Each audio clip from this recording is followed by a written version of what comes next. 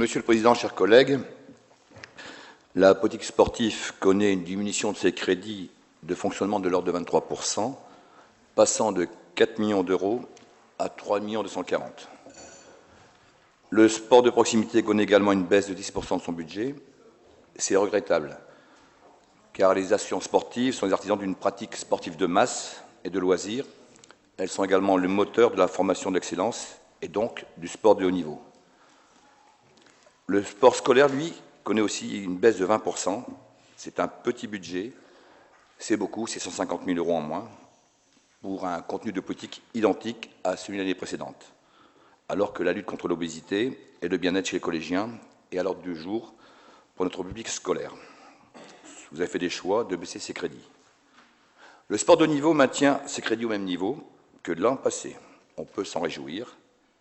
Les clubs de haut niveau ou d'excellence, ou encore les athlètes incarnent des valeurs, des messages et des exemples sportifs.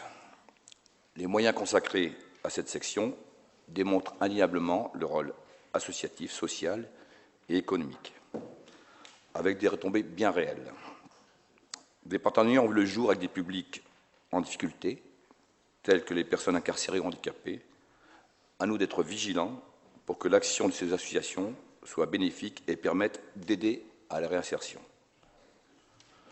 Concernant les crédits d'investissement, en légère hausse, ils permettront de satisfaire en partie la longue et ancienne liste d'attente des futurs projets d'équipement sportifs et essayer de répondre à une demande légitime des communes, notamment rurales. Économiquement également, ça permettra de maintenir des emplois. L'avenir du sport, tout comme la culture, devrait rester des compétences partagées. Il faut plaider à l'avenir en faveur d'une cohérence pour les politiques sportives et veiller à une véritable transparence dans la mise en œuvre des répartitions des compétences. Quelle sera la part de la région? Quelle sera la part de l'intercommunalité en la matière? Encourageons les départements à lutter âprement pour se faire une place et garder une partie des compétences sport qui sera légitimée par la notion de proximité.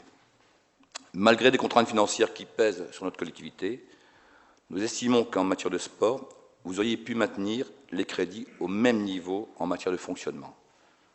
Nous estimons que ce sont des économies de bout de chandelle par rapport au budget général. Cette baisse de crédit aura malheureusement des conséquences pour les sportifs en herbe. En conséquence, le groupe Union pour le Nord s'abstiendra. Merci, Monsieur Wattebled. Je vais donner la parole à Laurent Coulon. Oui, merci, Monsieur le Président. Merci.